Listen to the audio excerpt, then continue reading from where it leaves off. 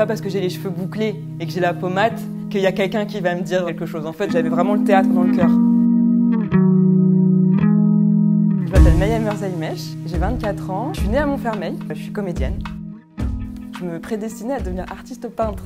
Ma mère me laissait dans le jardin, elle m'achetait des toiles et des pots de peinture et puis je les balançais comme ça. J'ai déménagé à Meaux dans le 77, c'est là que j'ai rencontré le théâtre. Juste, il y a eu cette possibilité d'entrer en option théâtre et même pas trop le choix parce qu'en fait, j'avais que cette option-là.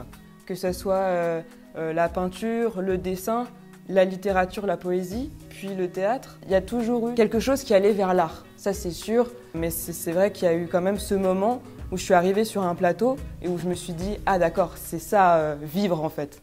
À quoi ça sert une tête qui ne sait garder sous son toit des vertiges sans les obliger à se battre?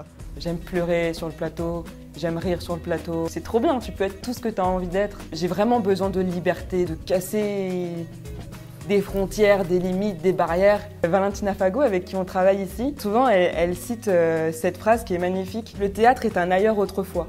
En choisissant de parcourir les dramaturgies féminines algériennes, je me suis dit peut-être que c'était un peu moi que je voulais chercher au fond, tu vois. Donc j'ai cherché, j'ai découvert plein d'auteurs et d'autrices incroyables. En retrouvant ces langues, cette langue-là de Kateb Yassine, d'Assia Djebar, etc., c'est comme si j'avais l'impression de retourner quelque part, un endroit où j'ai jamais été finalement parce que je suis née en France, mais ici et maintenant au théâtre, tu vois. Et c'est quelque chose qui nous traverse et que j'aimerais bien essayer de transmettre aussi. Avec le théâtre, on a une relation exclusive, très fusionnelle. Le théâtre passe avant tout. La MC 93, c'est un endroit où on fait du théâtre, donc ça tombait bien. Venez avec moi découvrir les secrets de la MC 93.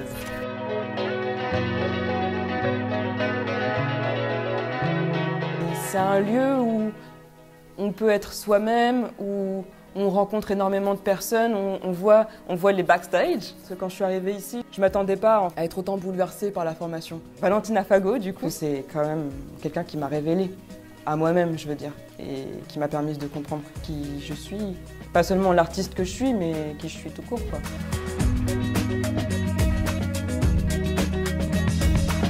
C'est un lieu qui est tellement important pour le théâtre en France. Ça faisait 3 fois que je le passais. Je me suis accrochée vraiment avec les dents comme ça, j'ai pas lâché, quoi.